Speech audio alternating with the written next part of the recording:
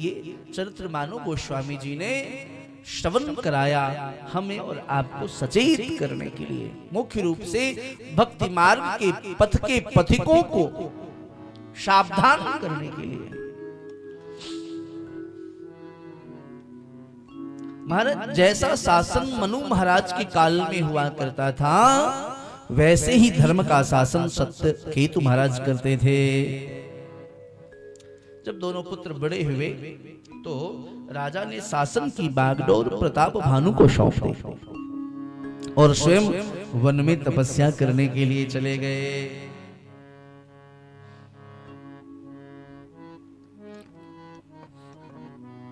अब हम लोग बार बार कथाओं में श्रवण करते हैं कि वहां पर वन में बाद में चले गए, भजन करने लगे।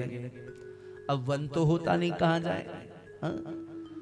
तीर्थों में जाते, भगवत कृपा हुई, बहुत बड़ी कृपा हुई, गुरुजनों का आशीर्वाद लग गया, पूर्व जन्म का कोई प्रारब्ध काम कर गया तो तीर्थ में जाकर के मन लग जाएगा, नहीं तो तीर्थ में जाकर के भी कई बार मन नहीं लगता। प्यार से बोलिए जय सिया राम, जोर से बोलिए ना, और जोर से जय सिया राम। तो वहां भी जाकर के वही नमक तेल हल्दी लगा रहता है। अगर मन लग रहा है तो भगवान की अतिशय कृपा है, तो वहां भी जाकर के वही प्रपंच, महाराज जी ने ऐसा कह दिया, उनके सेवक ने ऐसा कर दिया, वो चीजें। तो कलिकाल के लिए कहा है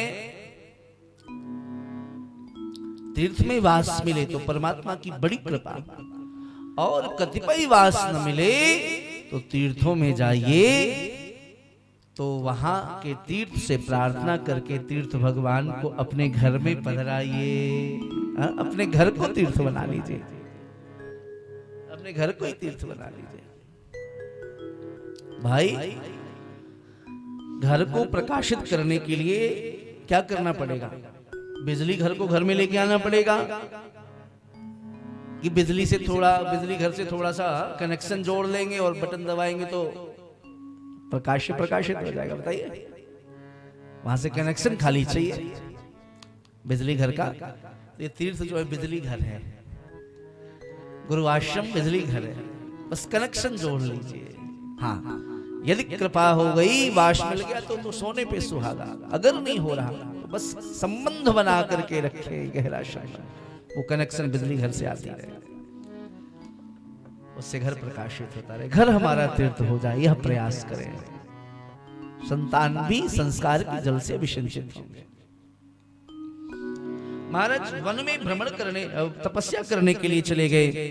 पिता गुणों में अपने पिता से भी, प्रताप भानु अपने पिता से भी गुणों में कई गुना अधिक थे। आत्मा वही जायते पुत्र, यदि धर्मपरायण पिता होंगे तो पुत्र निश्चित रूप से उनसे बहुत आगे निकलेगा धर्म के कार्य में। कोई प्रारब्ध ही ऐसा है तो पृथक हो जाए तो नहीं कहा जा सकता, नहीं तो पुत्र निश्चित रूप से पिता से, जिस क्षेत्र में पिता कार्यरत है उससे कई गुना अधिक आगे बढ़ेगा, यह निश्चित। धर्म अर्थ काम तीनों ही स्थितियां प्रताप भानु के हाथ में थी। एक बार की घटना श्री गोस्वामी जी महाराज उल्लेख करते हैं। इनके राज्य में कोई अपने घर में ताला नहीं लगाता, हर घर में नित्य घंटा भर कीर्तन होता है। अपने घर में घंटा भर रोज कीर्तन करिए, तीर्थ में रहें, घर में रहें। परम पूज्य अब नहीं रहे, उनका शरण निम्बार्क संप्रदाय के आचार्य भगवान हुए परम पूज्य श्री श्रीजी महाराज। आप सलेमाबाद में विराजते थे, नाम श्रवण किया होगा आपने। तो हालांकि वो युगल उपासक थे, तो ये निम्बार्क संप्रदाय में निकुंज की उपासना है। वहां पर जैसे हम लोग रामचरितमानस का पाठ कर रहे, ऐसे निम्बार्क संप्रदाय में क्या बोलते हैं उसको, वाणी जी, वहां वाणी जी का पाठ होता है। वाणी जी में 6 सुख हैं, सेवा सुख आदि आदि, वाणी जी में 6 सुख होते हैं। श्री हरि व्यास देवाचार्य जी ने उनको प्रकट किया, और निकुंज की लीला है उसमें, सारी जल्दी समझ में नहीं आती। तो वो कह रहे थे कि घर में और कोई कार्य हो ना हो, लेकिन नाम कीर्तन अवश्य होना चाहिए। नित्य नियम बना ले, 1 घंटा, आधा घंटा, नित्य परिवार के जन बैठे मजीरा बजा के कीर्तन करें।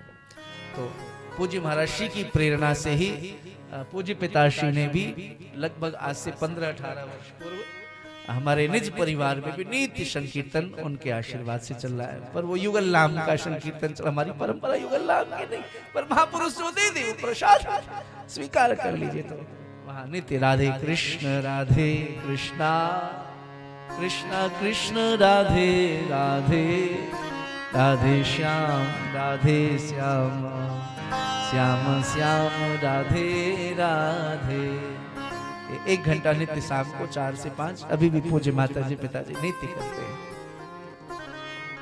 नित्य उनके यहाँ पर कीर्तन होता है, कोई अपने घर में ताला नहीं लगाता, सब भजन करते, यज्ञ होता है, जब तप होता है, गायें खूब रंभाती हैं। श्री गोस्वामी जी कहते हैं फिर भी एक बार एक घटना घटी। प्रारब्ध देखिए क्या कराता है। प्रताप भानु अपने सेवकों के साथ एक बार विंध्याचल के गंभीर वन में शिकार खेलने के लिए गया। महाराज गोस्वामी जी ने आज वन को गंभीर कहकर के संबोधित किया है। वन क्या है? गंभीर। ऐसे भी शास्त्र कहते हैं जो वन है ये संशय का प्रतीक है। गोस्वामी जी भी महाराज कहते हैं रामचरितमानस में वन क्या है? बोले यह संशय का प्रतीक। आज गंभीर संशय में प्रवेश करने जा रहे हैं राजा प्रताप भानु। गंभीर वन अर्थात गंभीर और संशय। तो राजा प्रताप भानु गंभीर संशय वन में प्रवेश करने जा रहे हैं। गोस्वामी जी महाराज कहते संशय के वन में सदा किसी न किसी को साथ में रखना चाहिए। संशय के वन में सदैव किसी न किसी को साथ रखना चाहिए। आज राजा अति संशय में प्रवेश करने जा रहे हैं। क्या होगा? पूरा दिन शिकार खेलते रहे। संध्या का समय जब हुआ, नगर लौट करके आने वाले थे तो मार्ग में एक सोने का मृग दिखाई दे गया। प्रताप भानु को स्वर्ण का मृग। राजा को शिकार का बड़ा लोभ था और उसमें भी सोने का मृग। वास्तव में यह सोने का मृग नहीं था। एक असुर है जिसका नाम है कालकेतु। यह कालकेतु नाम का असुर था। प्रताप भानु इसको समझ नहीं सके। देखो परीक्षा भी उसी की होती है जिसने पढ़ाई की हो। जिसने पढ़ाई नहीं की वो आईएएस का एग्जाम क्या देगा?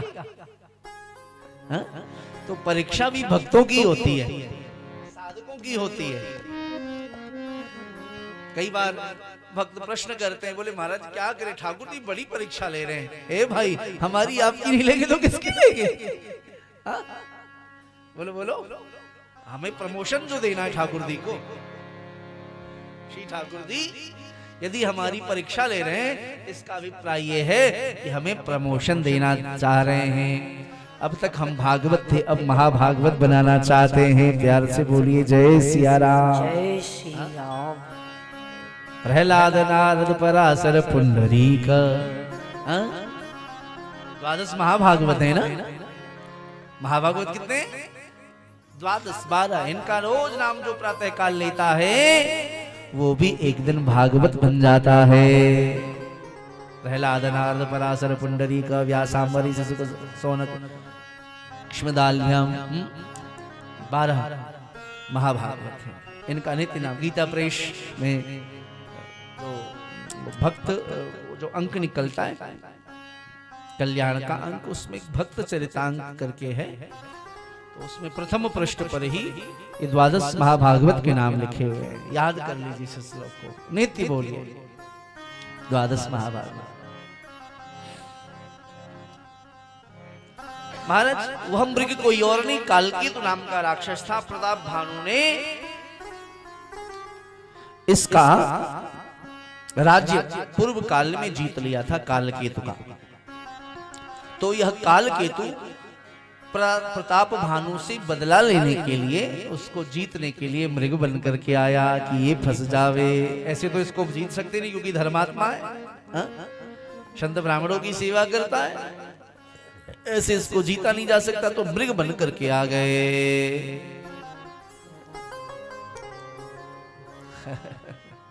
कृपानाथ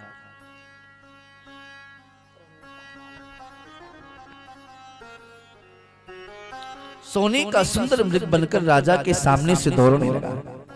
राजा इसके शिकार के लिए उन्होंने अपना एक बाण छोड़ा, लेकिन बाण खाली चला गया। जैसे बाण खाली चला गया, प्रताप भानु का अहंकार और बढ़ गया। बोले आज तक मेरा बाण कभी खाली गया नहीं, आज कैसे खाली चला गया।